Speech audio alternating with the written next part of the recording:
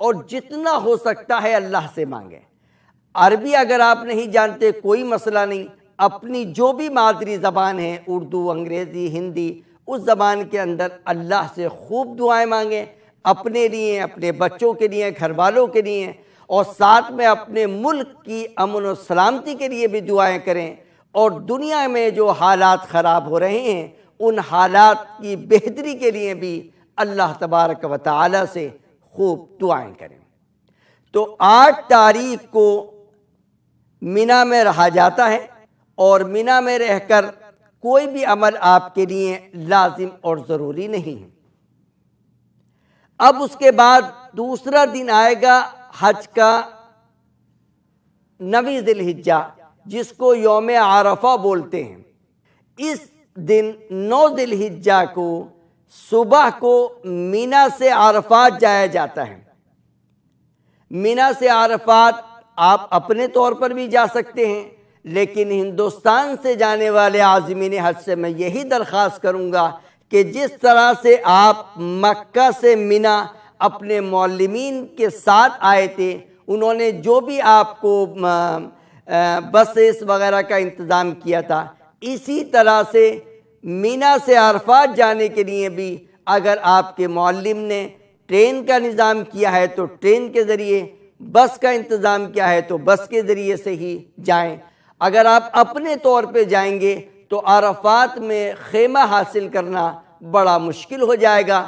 ان دنوں میں کافی گرمی وہاں ہوا کرتی ہے، 48-49 کا ٹیمپریچر ہوتا ہے۔ بغیر خیمے کے، خیموں میں الحمدللہ کولرز وغیرہ کا انتظام رہتا ہے، تو بغیر خیموں کے باہر رہنے میں بڑی دشواریاں سامنے آتی ہیں۔ تو 9 تاریخ کی صبح کو مینا سے عرفات جایا جاتا ہے، لیکن جس طرح سے مکہ سے مینا آپ کو رات میں ہی لے آیا گیا تھا، اسی طرح سے عام طور پہ ہندوستان کے حاجیوں کو 9 تاریخ کی صبح آنے سے پہلے ہی رات میں مینا سے عرفات لے جایا جاتا ہے۔ آپ اپنے معلمین کے ساتھ ہی، جیسے انہوں نے نظام رکھا ہے، آپ کی حج کمیٹی کے ذریعے سے جو بھی آپ کو انسٹرکشن ملی ہیں، اسی انسٹرکشن کے مطابق آپ رات میں ہی اپنے معلمین حضرات کے ساتھ عرفات چلے جائیں۔ لیکن اگر آپ کو موقع مل رہا ہے صبح کو جانے کا، آپ یہ معلمین کی طرف سے اسی طرح سے انسٹرکشن ہے، تو آپ صبح کو مینا سے عرفات جائیں۔ مینا سے عرفات پہنچنے کے بعد ابھی ظہر تک آپ کو کوئی کام نہیں کرنا۔ فجر کی نماز اگر رات میں پہنچ گئے تھے تو فجر کی نماز ادا کریں، اللہ کا ذکر کرتے رہیں اور آرام بھی کر سکتے ہیں۔ کوئی بھی عمل ابھی آپ کے لیے لازم اور ضروری نہیں ہے۔ ظہر کی نماز کے وقت اگر آپ کا مسجد نمرہ میں، عرفات کا بہت بڑا میدان ہے، کئی کلومیٹر پر پھیلا ہوا ہے، اس کے شروع میں ایک مسجد ہے جس کو مسجد نمرہ کہا جاتا ہے، اگر وہاں جانا آپ کے لیے ممکن ہو تو ظہر کے وقت میں پہلے تقریباً 45-50 منٹ کا عربی زبان میں خطبہ ہوتا ہے، وہ سنیں، اور اس کے بعد ظہر عصر کی نماز ظہر کے وقت میں ادا کریں۔ لیکن ظاہر ہے کہ 25-30 لاکھ حاجیوں کا مجمع سب کا سب مسجد نمرہ نہ پہنچ سکتا ہے اور نہ جاتا ہے۔ 1 لاکھ کا مجمع ہی کورڈ ایریے میں آتا ہے، باقی کچھ حضرات جو ہیں وہ مسجد کے باہر سڑکوں پر رہتے ہیں، لیکن ایک بہت بڑا مجمع وہ ہوتا ہے جو اپنے خیموں ہی میں رہتا ہے۔ اس صورت میں ہمارے علماء اکرام، یعنی ہندوستان کے علماء اکرام، علماء احناف نے قرآن و حدیث کی روشنی میں جو بات صحیح سمجھی ہے وہ یہ ہے کہ اس صورت میں اپنے خیموں میں ظہر کی نماز ظہر کے وقت میں اور عصر کی نماز عصر کے وقت میں ادا کریں، اور جتنا چاہیں مغرب تک دعائیں کریں۔ یہی اصل حج ہے۔ نبی پاک صلی اللہ علیہ وسلم نے ایک موقع پر ارشاد فرمایا تھا، الحج عرفہ، وقوف عرفات ہی حج ہے۔ تو آج کے دن جتنا ہو سکتا ہے اللہ سے مانگیے گا، خوب گڑ گڑائیے گا، اپنے گناہوں کی معافی مانگیے گا، اپنے مولا کو راضی کرائیے گا۔ یہ وہ دن ہے جس دن شیطان مردود سب سے زیادہ ذلیل ہوتا ہے، چونکہ وہ دیکھتا ہے کہ وہ بندے جس کو اس نے 30 سال 40 سال 50 سال یا اس سے کم یا زیادہ عرصے گناہوں میں ملوث رکھا تھا، آج اللہ کے سامنے وہ گڑ گڑا کر رو رہے ہیں اور اپنے آنکھوں سے آنسو بہا رہے ہیں، تو اللہ تبارک و تعالی اپنے فضل و کرم سے ان کے 20 30 40 سال کے گناہ ایک لمحے میں معاف کر رہا ہے۔ تو شیطان مردود اس دن سے زیادہ کبھی ذلیل اور خوار نہیں ہوتا۔ فجر کی نماز اگر رات میں پہنچ گئے تھے تو فجر کی نماز ادا کریں، اللہ کا ذکر کرتے رہیں اور آرام بھی کر سکتے ہیں۔ کوئی بھی عمل ابھی آپ کے لیے لازم اور ضروری نہیں ہے۔ ظہر کی نماز کے وقت اگر آپ کا مسجد نمرہ میں، عرفات کا بہت بڑا میدان ہے، کئی کلومیٹر پر پھیلا ہوا ہے، اس کے شروع میں ایک مسجد ہے جس کو مسجد نمرہ کہا جاتا ہے، اگر وہاں جانا آپ کے لیے ممکن ہو تو ظہر کے وقت میں پہلے تقریباً 45-50 منٹ کا عربی زبان میں خطبہ ہوتا ہے، وہ سنیں اور اس کے بعد ظہر عصر کی نماز ظہر کے وقت میں ادا کریں۔ لیکن ظاہر ہے کہ 25-30 لاکھ حاجیوں کا مجمع سب کا سب مسجد نمرہ نہ پہنچ سکتا ہے اور نہ جاتا ہے۔ 1 لاکھ کا مجمع ہی کورڈ ایریے میں آتا ہے، باقی کچھ حضرات جو ہیں وہ مسجد کے باہر سڑکوں پر رہتے ہیں، لیکن ایک بہت بڑا مجمع وہ ہوتا ہے جو اپنے خیموں ہی میں رہتا ہے۔ اس صورت میں ہمارے علماء اکرام یعنی ہندوستان کے علماء اکرام علماء احناف نے قرآن و حدیث کی روشنی میں جو بات صحیح سمجھی ہے وہ یہ ہے کہ اس صورت میں اپنے خیموں میں ظہر کی نماز ظہر کے وقت میں اور عصر کی نماز عصر کے وقت میں ادا کریں، اور جتنا چاہیں مغرب تک دعائیں کریں۔ یہی اصل حج ہے۔ نبی پاک صلی اللہ علیہ وسلم نے ایک موقع پر ارشاد فرمایا تھا، الحج عرفہ، وقوف عرفات ہی حج ہے۔ تو آج کے دن جتنا ہو سکتا ہے اللہ سے مانگیے گا، خوب گڑ گڑائیے گا، اپنے گناہوں کی معافی مانگیے گا، اپنے مولا کو راضی کرائیے گا۔ یہ وہ دن ہے جس دن شیطان مردود سب سے زیادہ ذلیل ہوتا ہے، چونکہ وہ دیکھتا ہے کہ وہ بندے جس کو اس نے 30 سال 40 سال 50 سال یا اس سے کم یا زیادہ عرصے گناہوں میں ملوث رکھا تھا، آج اللہ کے سامنے وہ گڑ گڑا کر رو رہے ہیں اور اپنے آنکھوں سے آنسو بہا رہے ہیں۔ تو اللہ تبارک و تعالی اپنے فضل و کرم سے ان کے 20 30 40 سال کے گناہ ایک لمحے میں معاف کر رہا ہے۔ تو شیطان مردود اس دن سے زیادہ کبھی ذلیل اور خوار نہیں ہوتا۔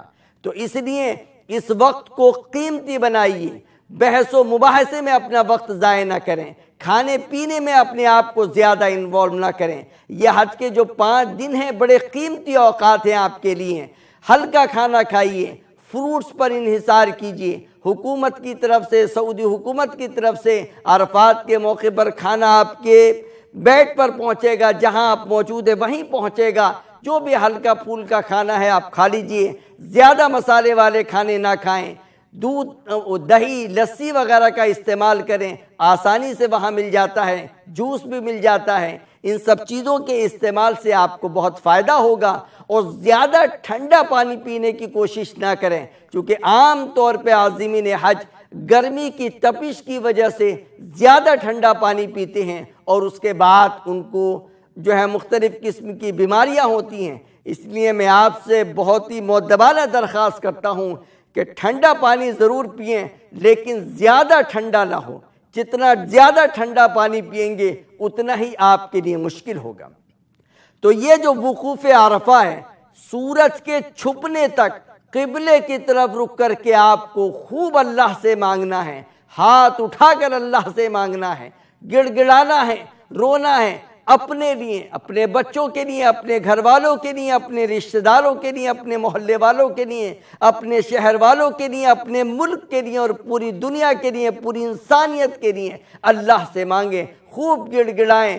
پوری دنیا کے مسلمان آپ کے ہاتھوں کو دیکھ رہے ہیں، بڑی تمنائیں ان کی آپ سے ہیں، تو اس لیے اس موقع پر اپنے ساتھ ساتھ پوری امت مسلمہ اور پوری انسانیت کو بھی دعاؤں میں یاد رکھیں کہ اللہ تبارک و تعالی ہندوستان میں اور پوری دنیا کے اندر امن و سلامتی، چین اور سکون پیدا فرمائے۔ تو سورج کے ڈوبنے تک، سورج کے چھپنے تک آپ کو عرفات کے میدان میں ہی رہنا ہے۔ جتنا وقت زیادہ سے زیادہ ہو سکے کھڑے ہو کر دعاؤں میں اپنے آپ کو مشغول رکھیں۔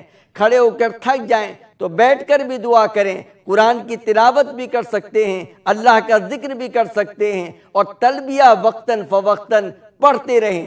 جب تک احرام آپ کا کنٹینیو رہے گا تب تک حج کا یہ ترانہ آپ کا چلتا رہے گا۔ 10 ذی الحجہ کو جب آپ جمرے پر پہلی کنکریاں ماریں گے تب تک یہ حج کا ترانہ آپ کو وقتاً فوقتاً پڑھتے رہنا ہے۔ سورج چھپنے کے بعد 9 ذی الحجہ کو سورج چھپنے کے بعد آپ کو مزدلفہ کی طرف آنا ہے۔ مزدلفہ پہنچنے کے بعد عشاء کے وقت میں مغرب اور عشاء کی نماز ادا کرنی ہے۔ یعنی آج کے دن حاجی لوگ مغرب کی نماز مغرب کے وقت میں نہیں بلکہ عشاء کے وقت میں ادا کریں گے۔ پہلے مغرب کی 3 اور اس کے بعد عشاء کی 2 رکعت، اور رات میں ذکر بھی کریں، تلبیہ بھی پڑھیں، دعائیں بھی مانگیں، چونکہ اللہ تبارک و تعالی نے اپنے پاک کلام میں ارشاد فرمایا ہے جب تم عرفات سے واپس ہو کر مزدلفہ آؤ تو یہاں مشعر حرام کے پاس اللہ کے ذکر میں مشغول ہو۔ البتہ رات میں کچھ سو بھی لیں، کیونکہ نبی پاک صلی اللہ علیہ وسلم سے سونا بھی ثابت ہے۔ تو یہ بات ہوئی حج کے پہلے دن کی اور دوسرے دن کی۔ اب آتا ہے حج کا تیسرا دن، جس کو ہم اور آپ بقرعید کا دن بولتے ہیں، لیکن حاجیوں کے دن بقرعید کی نماز، عید الاضحیٰ کی نماز ادا نہیں کرنی ہوتی ہے۔ صبح وہ فجر کی نماز ادا کریں گے مزدلفہ میں، اور اس کے بعد تھوڑی دیر کے لیے اللہ کے سامنے ہاتھ اٹھا کر کھڑے ہو کر دعا کریں گے۔ یہ مزدلفہ کا وقوف ہے جو واجب ہے۔ البتہ خواتین اور بوڑھے لوگ اور وہ حضرات جو خواتین اور بوڑھے لوگوں کے ساتھ جڑے ہوئے ہیں، شرعی اعتبار سے ان کو اجازت ہے کہ وہ آدھی رات کے بعد مزدلفہ سے منا جا سکتے ہیں، لیکن عام لوگوں کے لیے شریعت کا اصول و ضابطہ ہے کہ وہ صبح فجر کی نماز کے بعد کچھ دیر مزدلفہ میں وقوف کریں گے، یعنی دعائیں کریں گے، اور اس کے بعد کنکریاں لیتے ہوئے منا چلے جائیں گے۔ اگر آپ 12 ذی الحجہ تک کنکریاں مارنا چاہتے ہیں تو 49 کنکریاں آپ کے استعمال میں آئیں گی، اور اگر آپ 13 ذی الحجہ کی بھی کنکریاں مار کر منا سے مکہ واپس جانا چاہتے ہیں تو اس صورت میں 70 کنکریاں استعمال میں ہوں گی۔ یہ کنکریاں مزدلفہ ہی سے لینا ضروری نہیں ہے، بلکہ آپ منا سے بھی یہ کنکریاں لے سکتے ہیں۔ منا پہنچنے کے بعد آپ کو 4 کام کرنے ہیں۔ آج کا دن حاجیوں کے لیے بڑا بزی دن رہتا ہے، بغور سماعت فرمائیں۔ پہلا رمی کرنا، کنکریاں مارنا، دوسرا قربانی کرنا، تیسرا بال کا منڈوانا یا کٹوانا، اور چوتھا حج کا طواف اور حج کی سعی کرنا۔ پہلا عمل کنکری مارنا، صبح سے لے کے شام تک جس وقت چاہیں، پہلے جمرے پر نہیں، دوسرے بیچ والے جمرے پر نہیں، آخری جو بڑا جمرہ ہے اس کو 7 دفعے میں 7 کنکریاں ماریں۔